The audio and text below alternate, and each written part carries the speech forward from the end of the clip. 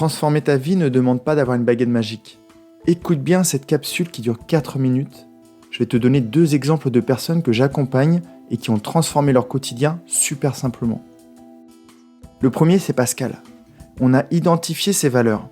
Les tiennes, tes valeurs, c'est comme ton carburant. C'est ce qui te donne envie de te lever le matin. Ce qui te donne la motivation de bouger.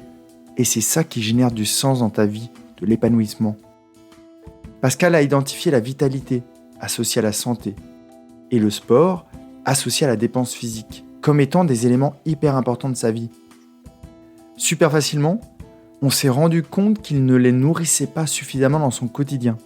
C'est ce qu'il fait en vacances, mais donc pas suffisamment régulièrement. Alors tu sais ce qu'il a fait ? Du jour au lendemain, il a laissé sa voiture au garage, et tous les matins, il saute sur son vélo pour aller retrouver son poste d'ingénieur. Il se dépense tout en prenant soin de sa santé. Et il arrive au bureau avec une forme olympique. Ses collègues ont déjà perçu le changement. Et en plus, il nourrit une autre de ses valeurs, la nature et sa protection. Donc tu vois, il a juste aménagé son emploi du temps et a perdu quelques minutes de sommeil. Mais à côté de ça, il se sent bien mieux et a gagné un paquet d'énergie. Ce qui lui a permis de faire décoller sa fusée.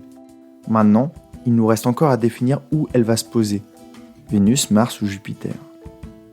La seconde transformation dont j'avais envie de te parler, tu vas voir, elle est encore plus simple. Elsa est institutrice et elle ne s'autorisait pas suffisamment de choses en classe.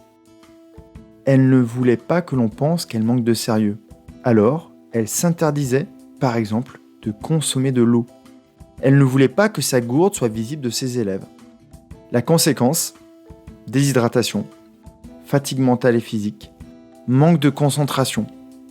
Depuis qu'elle a sa bouteille sur la table, qu'elle ose l'ouvrir et boire de l'eau, ça va beaucoup mieux. La seconde astuce, c'est qu'aujourd'hui elle ose se servir du cahier de brouillon et de l'ardoise. Ce qui fait qu'elle ramène beaucoup moins de cahiers chez elle. Et donc, elle a plus de place pour y accueillir un homme. Tu sais pourquoi elle ne le faisait pas avant ? Elle craignait tout simplement le regard des parents. Elle pensait que si elle n'avait pas suffisamment de cahiers à corriger, les parents de ses élèves la prennent pour une tire au flanc. On a dissolu cette croyance, et voilà, un pas de plus vers la liberté. Et le bonus, c'est que ses élèves ont aussi plus de facilité à travailler au brouillon. Tu vois, changer ton quotidien, transformer ta vie ne tient pas à grand-chose. Il faut juste te poser les bonnes questions, dissoudre les bonnes croyances et en créer des nouvelles. La vie peut être fabuleuse, crois-moi sur parole, si tu te donnes les moyens de faire pause, de t'extirper du tourbillon du quotidien et de prendre de la hauteur pour mieux comprendre comment te libérer.